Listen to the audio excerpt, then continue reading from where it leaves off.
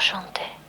Hello, I'm Sarah Lobigeiger de Rodriguez, an international executive speaking consultant, opera singer, and the founder of Cadenza. Many of my clients have asked me how to increase elegance and feel confident in carrying yourself, especially when interacting at work. How can we exude confidence and grace while presenting ourselves professionally? Today's video will answer that question. We're going to dedicate some time together to consider how posture and deportment can make you an elegant communicator. By the way, if you're new to our channel, make sure to subscribe. And if you're already a subscriber, remember to like this video and leave your comments below on this video and let me know what you think. In today's video, you'll learn how your body can support your message so you can interact with increased poise and confidence when communicating at work. Our focus will be on how to carry yourself with composure and poise. Let's embark on a journey that's more than just sitting up straight. It's all about embodying authority and credibility in the corporate world. Imagine your posture as the framework that supports your professional image, much like the pillars of a grand building. First, let's lay the foundation for impeccable posture. The best posture for communication deals with how we frame our face and our body in our conversation partner's view frame. The ideal posture for communication in particular secures your balance, creates symmetry, and minimizes physical distractions for your conversation partners. Here, you want to aim for classical symmetry. I like to use the example of a Roman column. If you travel through the ancient lands, you will see Roman decorative columns, which have stood the test of time, not only in their alignment, but also their beauty and power. You can secure alignment if you consider yourself like a column. Let's start at the base, which is your feet. The base needs to be stable. We then have the shaft, which you can consider from the ankle to the upper neck. Finally, the capital of the column, which is your head, which rests on the top, stable, aligned, and supported. The feet. When I move on stage as an opera singer or speaker, I first secure my alignment with my feet. They are the base to support my spine. I carefully consider what shoes I wear because they will impact how well I can balance and stabilize my walking and movements to appear poised and elegant on stage. Place your feet side by side, parallel if you're in flats, and keep the toes pointed forward. If you're in heels, ladies, it's elegant to turn one foot out slightly. If you want to be more balanced, pivot both to fit outwards.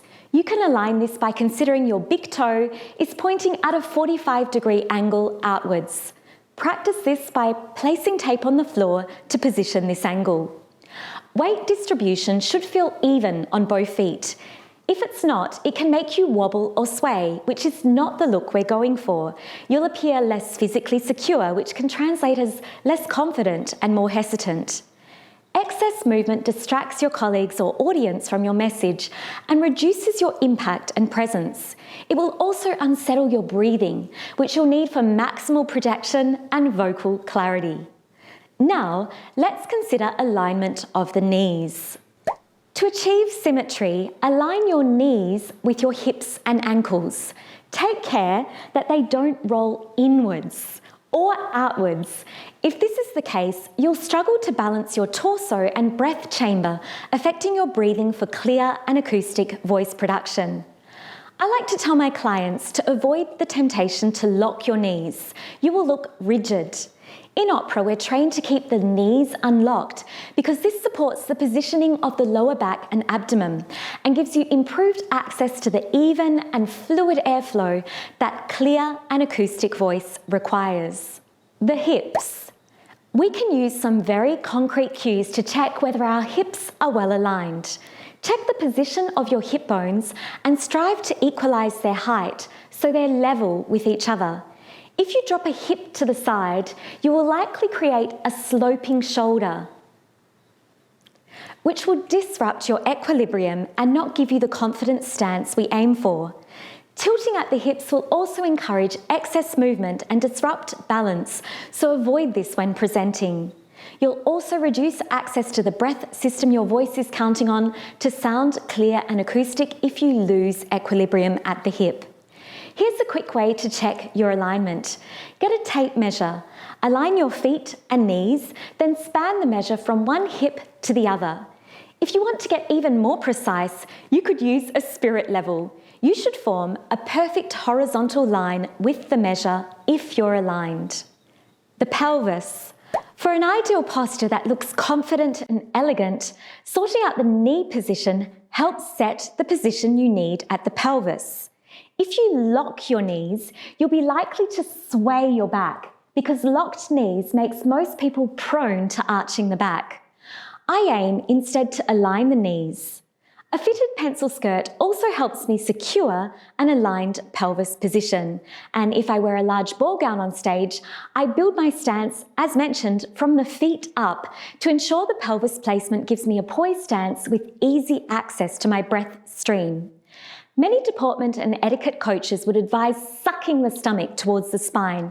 However, this can cause negative impacts on respiration and will break your breath cycle, leaving you gasping for air while speaking and breath holding, which creates feelings of breathlessness and ultimately a rough and scratchy voice tone due to insufficient airstream to support your voice. Holding the stomach muscles tightly will block your access to the lower flowing breath patterns needed for vocal comfort while speaking at regular volumes or projecting your voice at maximal volume. I therefore focus instead on the pelvis position rather than the stomach muscles. Alignment is achieved if the pelvis is aligned and the back is not swayed. Now, let's address our upper body alignment. Optimal upper body alignment creates healthy length and tension relationships between the muscles governing respiration, voice production, and your diction, and it will also make you look more confident. Here, we are aiming for open and expansive positioning of the chest cavity and the shoulders. Open posture cues warmth and competence. The shoulders. A singing teacher once gave me the fastest cue to prompt ideal shoulder posture about 10 years ago, and I've been using it ever since. Here is how it works. Take your fingers and place them inside your elbows. Then drop your hands by your sides. Try to make your hands heavy.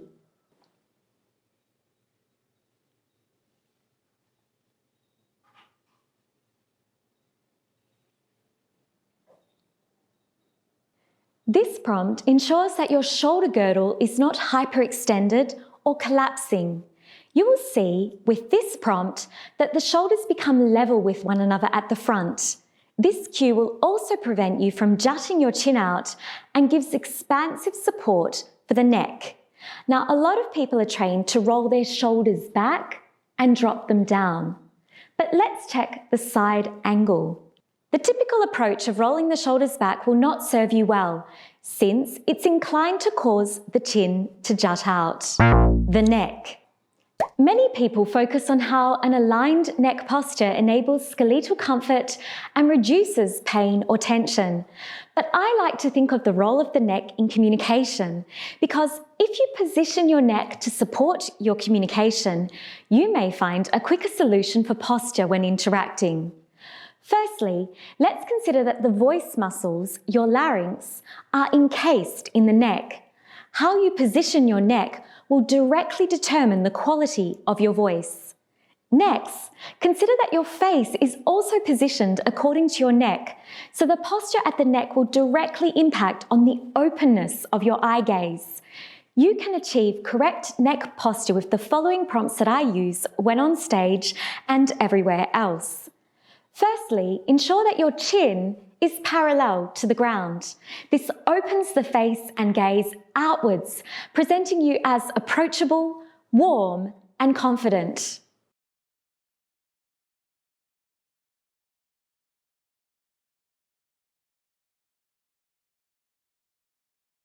If your chin loses this position and creates an acute angle with the neck, you'll look less confident and close off your facial expressions and gaze with your conversation partner.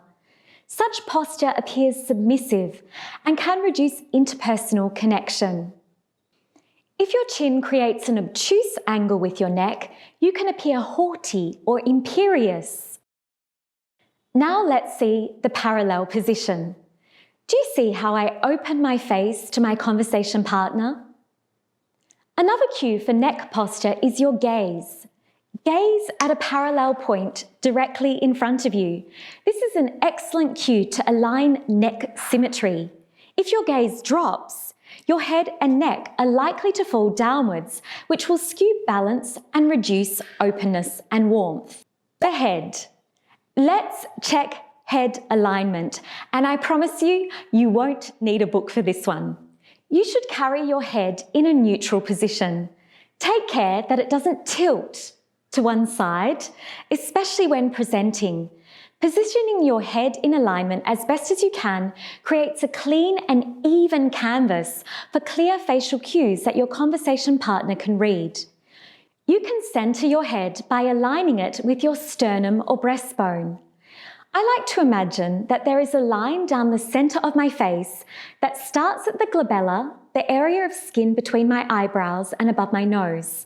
I then strive to achieve symmetry through the nose, the center of the mouth, the center of the chin, with the sternum. In so doing, you can carry your head with increased precision and present your gaze, your smile, and expressions directly with your conversation partner.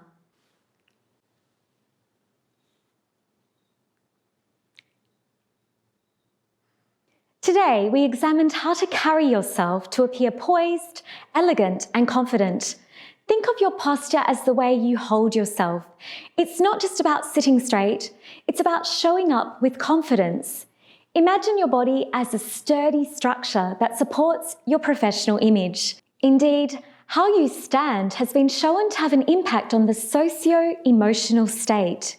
Expansive posture creates feelings of empowerment that can have a long-lasting impact on your life and interactions.